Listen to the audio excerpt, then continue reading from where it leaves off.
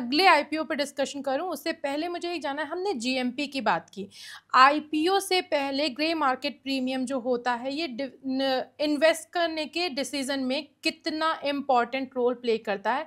I mean इसको कितना ध्यान में रखना चाहिए when we are applying for the IPO?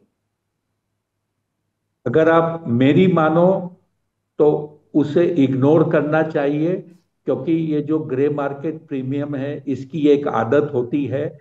ये इशू के समय एक्टिव रहता है और जैसे इशू बंद होती है, कई बार देखा गया है कि ग्रे मार्केट प्रीमियम बोलना बंद हो जाता है पर्टिकुलर इशू में। तो अगर आप सिर्फ ग्रे मार्केट प्रीमियम को देखकर अप्लाई कर रहे हो हो सकता है कि आपको नुकसान हो जाए। ओके, तो अब हम बात करेंगे उन आईपीओस की जो आज खुले हैं। सबसे पहला नाम है कल्पतरु आईपीओ, जिसका नाम आपने पहले लिया था। रियल एस्टेट आईपीओ है ये। जून 24 यानी आज से खुला है और जून 26 तक इसमें अप्लाई कर सकते हैं। प्राइस बैंड जो है वो 387 रुपये से लेकर 414 रुपये पर शेयर का है। इसका जीएमपी 11% है। तो सर इसमें क्या करना चाहिए, क्या राय है आपकी इस आईपीओ को लेकर के? मेरे ख्याल से आपने जो जीएमपी बताया वो कुछ, उसमें कुछ फर्क लग रहा है। मेरे ख्याल से इसका प्रीमियम 40 रुपए के आसपास नहीं सुना था मैंने कल तक। नो नो अगर नो, आज 40 मैं रुपये, जीएमपी 11 रुपये है और ये मैंने कल हाँ शाम में देखा था। या सही है, 11 रुपए ठीक है, मुझे हाँ, 11% नहीं दिखा नहीं, तो मैंने मैं 11 थोड़ा। बोला। पर शेयर बोलना ठीक है, चाह रही थी and I just stopped in mid way. ठीक है, कोई बात नहीं। तो प्रीमियम तो देखिए नई के बराबर है।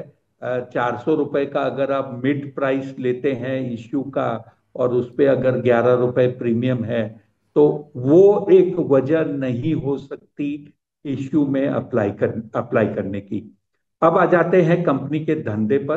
कंपनी एक रियल एस्टेट डेवलपर है। 8 स्टेट्स में, राज्य में ये मौजूद है। इसने कुछ 120 प्रोजेक्ट अभी तक कंप्लीट किए हैं। फिलहाल इसके पास में कुछ करीब 26 मिलियन स्क्वायर फीट डेवलपेबल एरिया के प्रोजेक्ट्स ऑन हैंड है, ऑनगोइंग है। और इसके अलावा करीब 16 मिलियन स्क्वायर फीट के प्रोजेक्ट्स अपकमिंग है। तो बड़ा प्लेयर है, करीब 42 मिलियन स्क्वायर फीट हो जाती है। इसके रिस्क क्या है? एक, कंपनी के पास डेट है।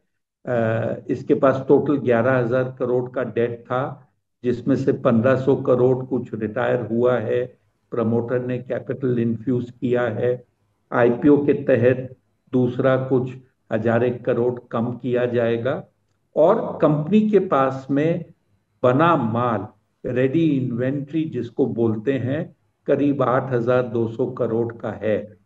तो ये अगर ये डिस्पोज ऑफ करने में जो कहते हैं सक्सेसफुल हो जाती है, तो इसके लिक्विडिटी का जो स्ट्रेस है, जिसके कारण कंपनी के बैलेंस शीट पे दबाव आ रहा है, वो दूर हो जाएगा।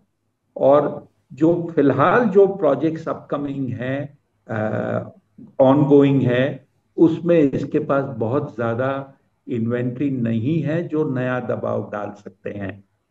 ओके, तो रियल एस्टेट मार्केट में फिलहाल अच्छी खासी तेजी देखी जा रही है। लेकिन बम्बई शहर में, या एमएमआरडीए जैसे बोलते हैं, जिस एरिया में ये ज्यादा करके कंपनी मौजूद है, वहां पे थोड़ा सा थकान देखा जा रहा है रियल एस्टेट के प्राइसेस में, जो शॉर्ट टू मीडियम टर्म में कंपनी के लिए डैम्पनर हो सकता है। अगर आप मीडियम टू लॉन्ग टर्म के अवधि से रियल एस्टेट में इन्वेस्ट करना चाहते हैं, तो इसमें किया जा सकता है। अगर आप शॉर्टर टर्म होराइजन देख रहे हैं, तो लिस्टिंग के बाद आप डिसाइड कर सकते हो कि आपको आईपीओ में अप्लाई करना है कि नहीं। ओके, तो अगर आप मीडियम टू लॉन्ग टर्म में करना चाहते हैं तो यू कैन बिड, लेकिन अगर शॉर्ट टर्म में मुनाफा कमाना चाह रहे हैं तो इसको अवॉइड करें। नेक्स्ट आईपीओ है हमारा ग्लोब सिविल प्रोजेक्ट्स आईपीओ। ये भी आज ही खुला है और इसका प्राइस बैंड जो है 67 रुपीज़ 70 रुपीज़ के रेंज में है। बजाज ब्रोकिंग ने जो है इसको सब्सक्राइब करने का व्यू दिया है medium to long term perspective में। आपकी क्या राय है, क्योंकि ये बड़े प्लेयर माने जा रहे हैं और इन्होंने ऑलमोस्ट 37 प्रोजेक्ट्स जो हैं वो गवर्नमेंट के कंप्लीट किए हैं, if I am not wrong. Pragati ji, अगर नंबर ऑफ प्रोजेक्ट्स की आप बात करें तो जो आपने नंबर दिया है वो सही है। अ, बड़ा या छोटा रियल एस्टेट, ये इंफ्रा कंपनी जो होती है उसमें डिपेंड करता है एक ऑर्डर बुक से। दूसरा ये ध्यान में रखना चाहिए, एनएचएआई जो मॉर्थ, जो गवर्नमेंट की डिपार्टमेंट है जो प्रोजेक्ट सैंक्शन करती है और एग्जीक्यूट करती है, उसके अलावा स्टेट गवर्नमेंट्स, पीडब्ल्यूडी, ये सब जो हैं, काम बहुत है। तो आम बात है कि लोगों के पास में कई हजार करोड़ की ऑर्डर बुक होती है इन हैंड। उस इनके पास सर 669.10 करोड़ की है, मार्च का डेटा है ये। सही सही कहा आपने। अगर आप इनकी बात करें तो 670 करोड़ की ऑर्डर बुक है, एज ऑफ मार्च है। लेकिन पिछले साल जो ये ऑर्डर बुक थी उसमें इनको कहीं ना कहीं इस साल कुछ ऑर्डर्स कम मिले हैं। और जो एक रेशो लिया जाता है इंफ्रा इंफ्रा कंपनीज में, वो है रेवेन्यू टू ऑर्डर बुक। इसमें थोड़ी सी कमी देखी गई है। लगता ये है कि कंपनी अब वापस बिड करके प्रोजेक्ट्स बढ़ा लेगी। इसमें भी वही राय रहेगी, मीडियम टू लॉन्ग टर्म के लिए ठीक है। लिस्टिंग गेन्स कोई बड़ा एक्सपेक्ट करके इसमें अप्लाई नहीं करना चाहिए, क्योंकि शायद वो ऐसा कोई रिटर्न कंपनी ना दे।